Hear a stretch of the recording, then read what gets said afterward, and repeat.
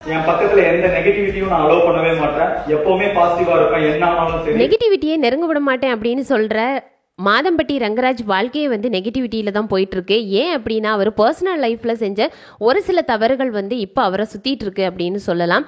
ஏன்னா அவருடைய முதல் மனைவி ஸ்ருதியை டிவோர்ஸ் பண்ணாமலே இன்னொருத்தங்க கூட வாழ்ந்திருக்காங்க. அவங்க பேர் வந்து ஜாய் கிறிஸ்டல்டா. மாதம்பட்டிக்கு காஸ்டியூம் டிசைனராக வந்தவங்க தான் ஜாய் கிறிஸ்டல்டா. அவங்கள ஒரு கோயிலில் வச்சு திருமணம் பண்ணியிருக்காரு. திருமணம் பண்ணிக்கிட்டு அவங்க கூட வாழவும் செஞ்சுருக்காரு.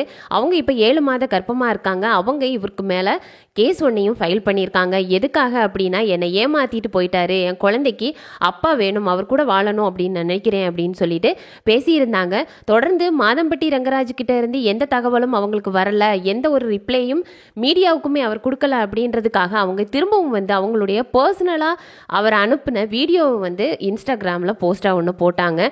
அதுவுமே படு வைரலாக போயிட்டுருக்கு. இவங்களை பற்றின டாக் தான் வந்து இப்போ சோஷியல் மீடியாவில் போயிட்டுருக்கு அப்படின்னு சொல்லலாம். ரங்கராஜ் பொறுத்த வரைக்கும் சமையல் கலையில் வந்து கொடிக்கட்டு பறந்துட்டு இருக்காரு. அவருக்குன்னு ஒரு சாம்ராஜ்யமே இருக்குது அப்படின்னு சொல்லலாம். அவருடைய சமையல் இல்லாத வீடுகளே இருக்காது அப்படின்னு சொல்லலாம். ஏன்னா அவர் ஒரு பெரிய பிரபலங்களாக இருக்கட்டும், பணக்காரங்களாக இருக்கட்டும், அரசியல் பிரமுகர்களாக இருக்கட்டும், யாருடைய வீட்டு விசேஷங்கள் அப்படின்னாலும் அது மாதம்பட்டி ரங்கராஜுடைய சமையலாக தான் இருக்குது. அந்த அளவுக்கு அவர் சமையல் கலையில் கொடிக்கட்டி பறந்துட்டு இருக்காரு. சமையல் கலை அப்படின்றத வந்து ஒரு கார்ப்பரேட் ஆக்கணும் அப்படின்றது தான் அவருடைய எண்ணமாகவே இருந்துச்சு. அந்த அளவுக்கு அவர் வெளிநாடுகளில் கூட திருமணங்களுக்கு கேட்டரிங் சர்வீஸ் பண்ணிட்டு இருக்காங்க. ஆனால் அவருடைய வாழ்க்கையில் அவர் பர்சனலாக அவர் பண்ணின ஒரு சில தவறுகள் தான் இப்போ அவருக்கு நெகட்டிவிட்டியாக வந்திருக்கு. அவர் குக்கு வித் கோமாளி சீசன் 5ல் இருந்தே ஜட்ஜாக இருந்துட்டு இருக்காரு. அதாவது செஃப்பாக அங்கே வந்துட்டு இருக்காரு. இப்போ சீசன் 6ல் வரைக்கும் இருக்காரு. ஆனால் குக் வித் கோமாளிக்குன்னு ஃபேன்ஸ் வந்து நிறைய பேர் இருந்துட்டு இருக்காங்க. அந்த ஷோ பார்த்தா வந்து அவ்வளோத்துக்கு நாங்கள் ஹாப்பி ஆகும் அப்படின்னு சொல்லிட்டு இருக்கிறவங்க எல்லாமே வந்து பல பேர் வந்து என்ன சொல்கிறாங்க அப்படின்னா, இப்படி ஒரு செஃப் வந்து குக் வித் கோமாளிக்கு வேண்டாம், அவரை அந்த நிகழ்ச்சியில இருந்தே தூக்கிடுங்க அப்படின்னு சொல்லிட்டு பல பேர் வந்து மெசேஜ் பண்ணிகிட்டே இருக்காங்க அப்படின்றத ஒரு தகவலும் இருக்குது. பல லாயர்ஸ் வந்து உட்காந்து பேசிகிட்டு இருக்காங்க. இவங்க எப்படியாவது நீங்கள் வந்து ஹெல்ப் பண்ணி அவரை அந்த ஷோவில் இருந்தே மாற்றிருங்க அப்படின்ற மாதிரி மக்கள் பேசிகிட்டு இருக்காங்களாம்.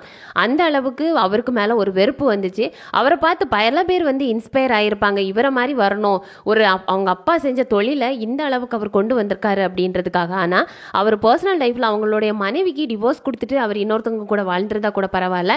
ஆனால் டிவோர்ஸே வாங்காமல் ஜாய் கிறிஸ்டலாவை ஒரு கோயிலில் வச்சு திருமணமும் பண்ணியிருக்காங்க. ஆனால் தாலி கட்டின மாதிரி எந்த ஒரு ஃபோட்டோஸும் கிடையாது. அவங்க பொட்டு வச்சு கொடுக்குற மாதிரியும் மணக்கோலத்தில் நிற்கிற மாதிரியும் ஃபோட்டோஸை வந்து ஜாய் கிறிஸ்டல்டா தான் போட்டுட்ருக்காங்க. அவங்க வயத்தில் வளர்கிற குழந்தைக்கும் அவங்க அப்பா அப்படின்றத அவங்க சொல்லிட்டு இருக்காங்க. இன்னும் பார்த்தீங்கன்னா அவங்க பல வருஷமாக சேர்ந்து இருக்கிற மாதிரியும் பல முறை வந்து கருக்கலைப்பு பண்ணின மாதிரியும் சொல்லியிருக்காங்க. அதே மாதிரி அவர் அடிக்கவும் செஞ்சுருக்காரு. இது எல்லாமே வந்து மாதம்பட்டிக்கு நெகட்டிவாக தான் போயிட்டுருக்கு.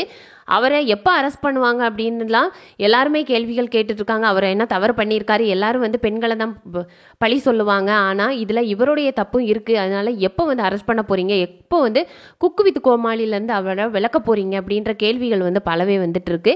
நீங்கள் இதை பற்றி என்ன நினைக்கிறீங்க அப்படின்றத கமெண்ட்டில் சொல்லுங்கள்.